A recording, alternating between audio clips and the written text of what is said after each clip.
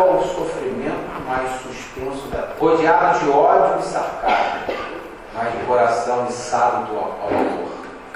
Todo lado, vilipendiado e esquecido, mas, no outro dia, transformava a própria dor em glória divina.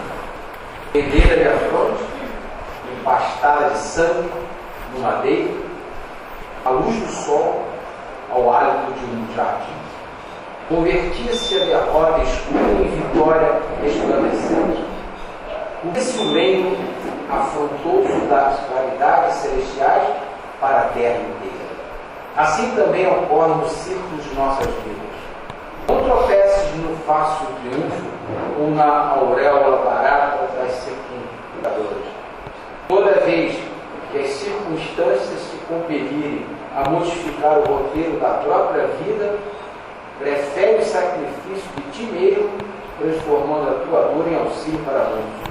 Porque todos aqueles que receberam a cruz em favor dos semelhantes descobrem o trilho da eterna ressurreição. Devemos nosso pensamento a Deus e a todos os nossos irmãos trabalhadores do bem, para que nesse momento de paz nosso encontro preparado para nos receber. Vamos agradecer acima de tudo a Deus, Pai maior, sabe, que não deixa que sofremos sem ajuda, estamos, Pai, distribui através. Agradecer essa casa que nos acolhe com tanto carinho, nova oportunidade do estudo. Deus nos proteja, guarde e tenhamos uma paz. Um lado,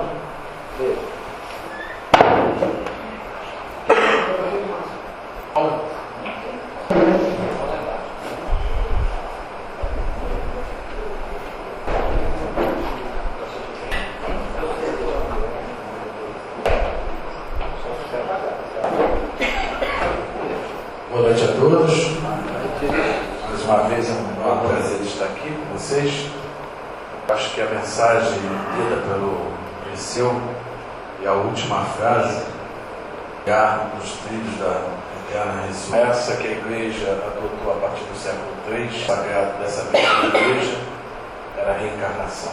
Como trabalhamos por ela, a mensagem de hoje não tem a ver com as reencarnações. Essa semana, preparando essa palestra, a gente acaba vendo que existe várias palestras dentro da mesma palestra, né?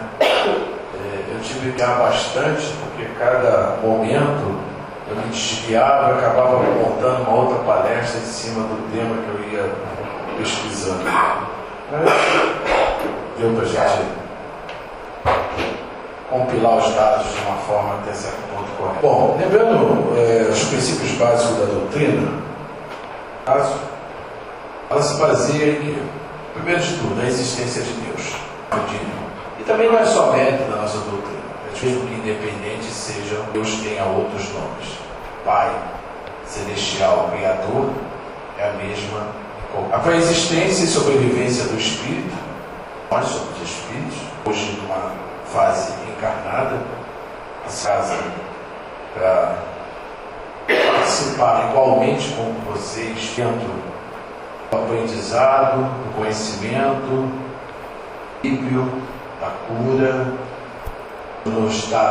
estamos no status do Espírito. A pluralidade das existências, então, nós já reencarnamos muito, já tivemos em épocas diferentes, levar para o lado científico, que é um lado da doutrina, a história, passando pela Idade Antiga, Idade Média, contemporânea, hoje,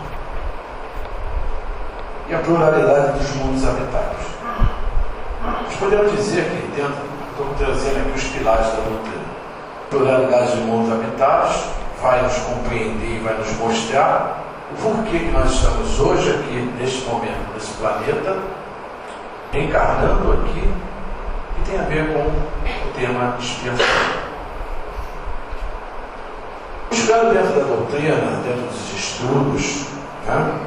E eu engraçado que o tempo todo na minha cabeça, apesar de a gente falar de uma pluralidade, né, do planeta Terra, dessa existência, O tempo todo, quando eu estava montando essa palestra, me vinha essa palavra laços de família, laços de família, laços.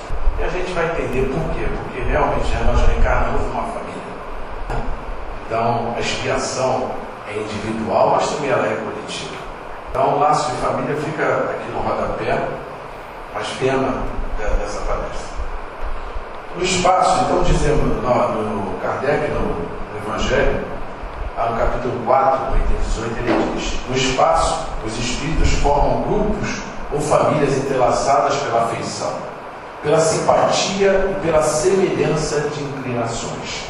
A encarnação apenas momentaneamente os separa, enquanto, ao regressarem à erradicidade, novamente se reúnem como amigos que voltam de uma viagem.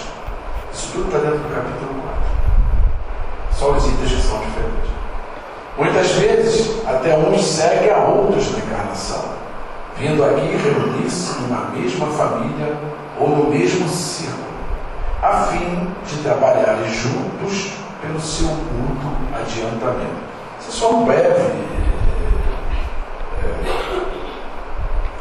um começo, uma introdução do que nós vamos falar sobre expiação. A gente está invertendo, trazendo a erradicidade para o plano terrestre para chegar até o assunto. Aqui nós temos dois grupos, vocês vão ver mais afora, o grupo B, os espíritos, e diz: os espíritos da mesma categoria se reúnem por uma espécie de afinidade e formam grupos ou famílias, unidos pelo laço de amor e pelos fins a que visam. Os bons pelo desejo de fazerem o bem e os maus pelo de fazerem o mal. Isso está no Livro dos Espíritos, na pergunta 278. O que são esses grupos? O grupo A, o marido, e o grupo B, a mulher. Porque isso dentro do processo de planejamento reencarnatório, a visão começa por aí, a partir do lugar de família. E que materialmente se completa aqui.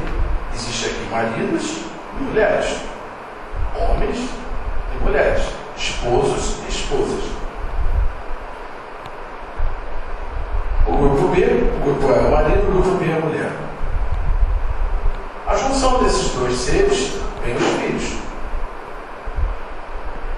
ancorado ali pelo lar, que a gente vai ver à frente. Em detrimento dessa corrente familiar, pai, mãe, sogro, sogra, irmãos, cunhados, primos, e aí vamos derivando da gênese familiar e a família, criando assim o círculo familiar.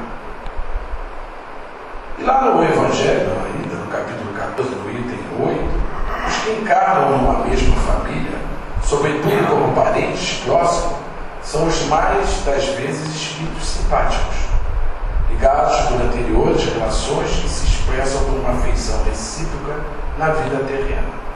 Então nós estamos falando desde o tempo da erradicidade, onde nós somos espíritos desencarnados, aonde que uma preparação no planejamento reencarnatório familiar, você começa a conhecer esses pares que já foram até pares em outras encarnações, não necessariamente vindo da mesma ordem, esposo, esposa, filho, filha, sogra, sogro, primo, irmão, mas em sim um círculo familiar que geralmente nós temos a oportunidade de nos reencontrarmos nesse mesmo círculo, sendo de momentos diferentes.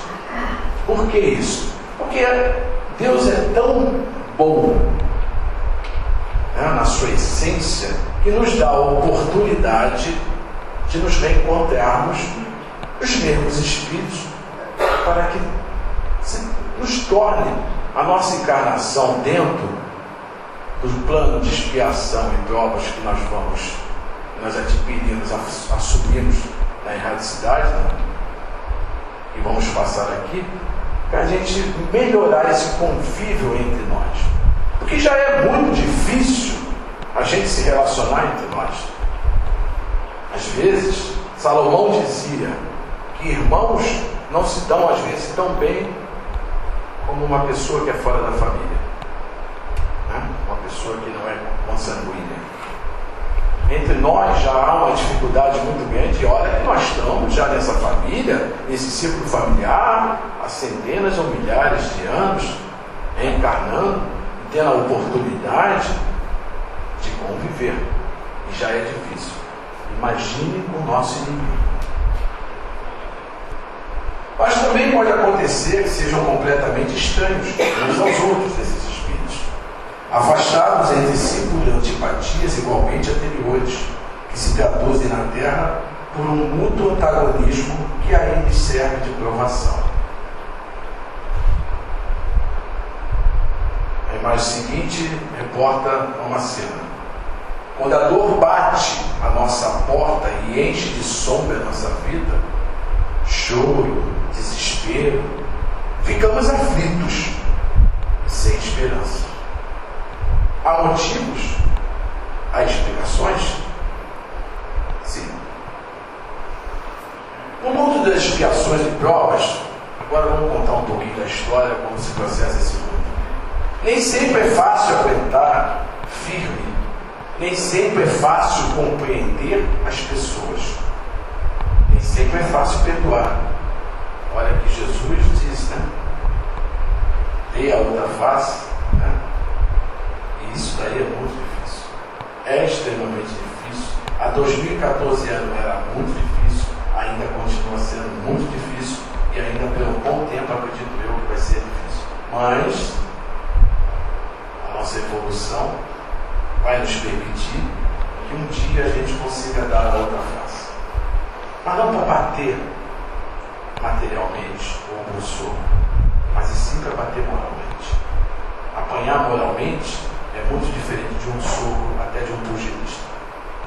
A dor de um soco, talvez vai pegar parte da sua face, como um pugilista profissional, é tão ínfima perto de uma dor moral que nós ainda não conseguimos sentir, porque não temos evolução para isso.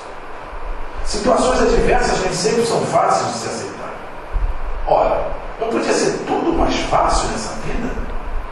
Às vezes sobrevém o desânimo e desistimos de realizações importantes quando topamos com obstáculos.